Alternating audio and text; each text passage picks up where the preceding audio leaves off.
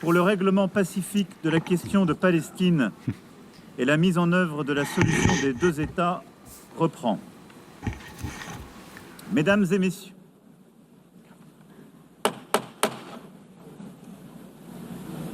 Mesdames et messieurs les chefs d'État et de gouvernement, Mesdames et messieurs les ministres, Excellence Monsieur Antonio Guterres, Monsieur le secrétaire général de l'Organisation des Nations Unies, Excellence Madame Annalena Baerbock, Madame la Présidente de l'Assemblée générale, Excellences, Mesdames et Messieurs, c'est un honneur et un privilège pour moi de coprésider avec le Royaume d'Arabie Saoudite la présente conférence, conformément à la résolution 79-81 de l'Assemblée générale du 3 décembre 2024.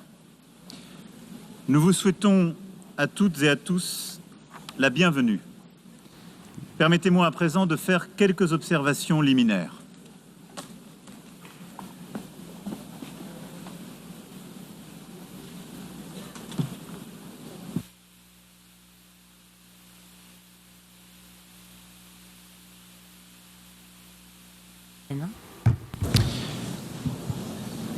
Madame la Présidente de l'Assemblée générale, Monsieur le Secrétaire général, Mesdames et Messieurs les chefs d'État et de gouvernement, Mesdames et Messieurs,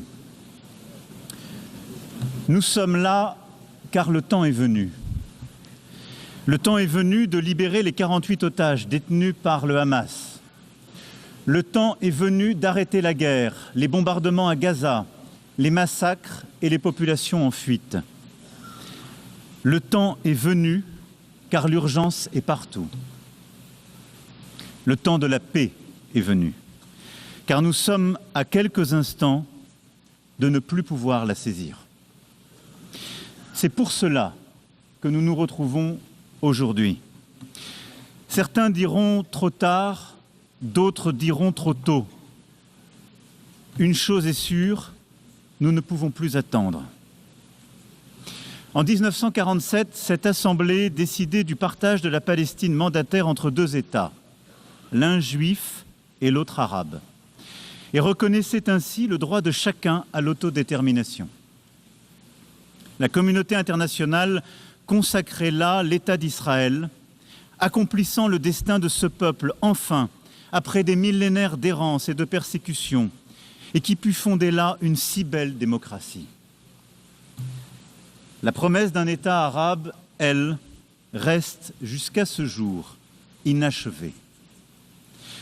Depuis lors, c'est un long chemin d'espérance et de désespoir mêlés qu'Israéliens et Palestiniens ont parcouru chacun à leur manière.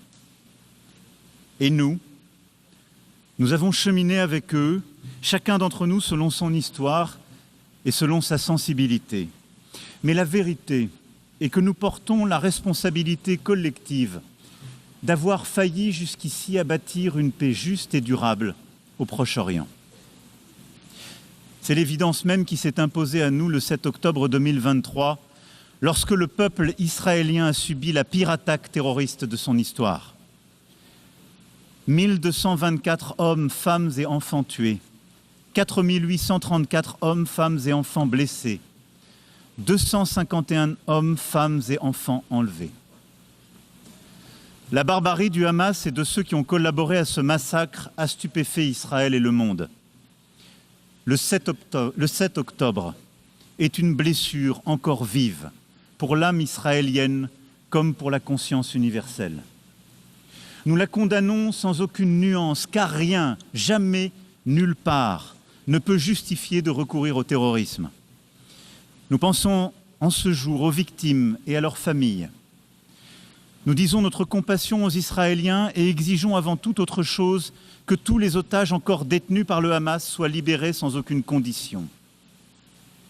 Nous, Français, avons rendu un hommage national à nos 51 compatriotes assassinés ce jour-là et à toutes les victimes du 7 octobre 2023. Nous ne les oublierons pas, jamais. Comme jamais, nous ne cesserons le combat existentiel contre l'antisémitisme. Français, nous savons la morsure du terrorisme. Nous portons au cœur le souvenir du témoignage de fraternité offert après les attentats commis à Paris le 7 janvier 2015, par des dizaines de dirigeants étrangers manifestant avec eux, au premier rang desquels le Premier ministre israélien et le président de l'autorité palestinienne. Nous savons qu'aucune faiblesse n'est possible face aux terroristes. Nous savons aussi le danger des guerres sans fin. Nous savons que le droit toujours doit l'emporter sur la force. Nous savons enfin de notre histoire que l'attachement à l'universel et à la paix est l'héritage des siècles passés comme la condition du salut. J'affirme cela au nom de notre amitié avec Israël, à qui notre engagement n'a jamais fait défaut, au nom de notre amitié aussi avec le peuple palestinien, pour qui nous voulons que la promesse initiale des Nations Unies, celle de 2 États vivant côte à côte en paix et en sécurité, devienne réalité. Or, à cette heure, Israël étend encore ses opérations militaires à Gaza dans l'objectif déclaré de détruire le Hamas.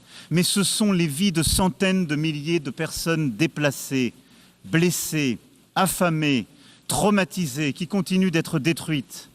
Alors même que le Hamas a été considérablement affaibli et que la négociation d'un cessez-le-feu durable reste le moyen le plus sûr d'obtenir la libération des otages.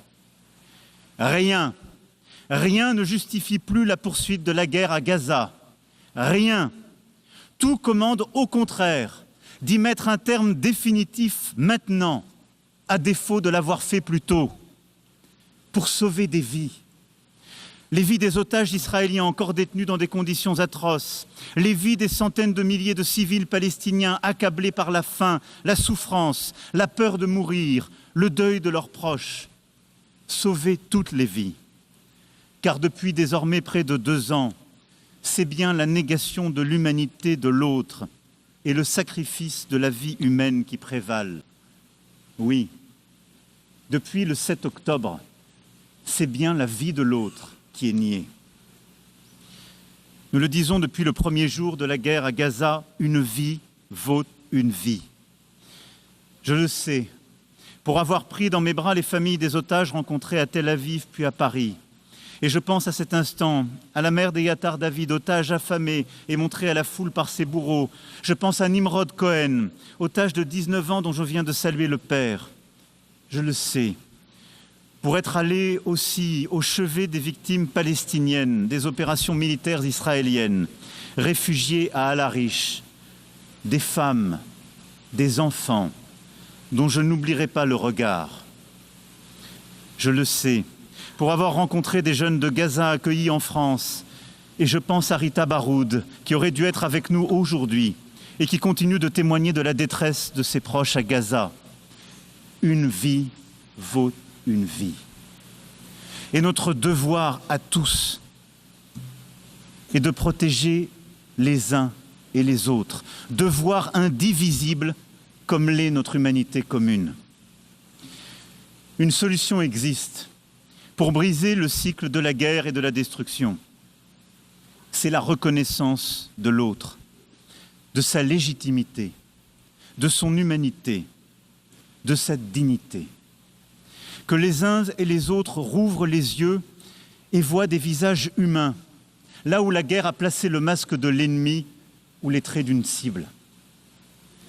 C'est la reconnaissance qu'Israéliens et Palestiniens vivent dans une solitude jumelle, solitude des Israéliens après le cauchemar historique du 7 octobre 2023, solitude des Palestiniens à bout de force dans cette guerre sans fin.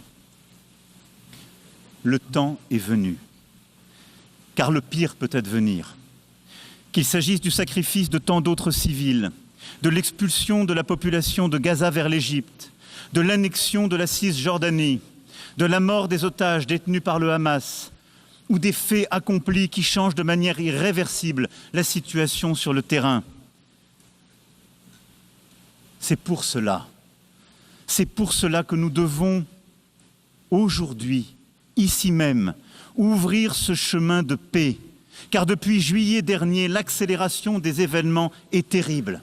Et au point où nous en sommes, il est à craindre que les accords d'Abraham ou de Camp David soient remis en cause par l'action d'Israël et que la paix devienne impossible pour longtemps au Moyen-Orient. Il pèse donc sur nous une responsabilité historique. Nous devons tout faire pour préserver la possibilité même d'une solution à deux États, Israël et la Palestine, vivant côte à côte, en paix et en sécurité. Le temps est venu. C'est pourquoi, fidèle à l'engagement historique de mon pays au Proche-Orient, pour la paix entre le peuple israélien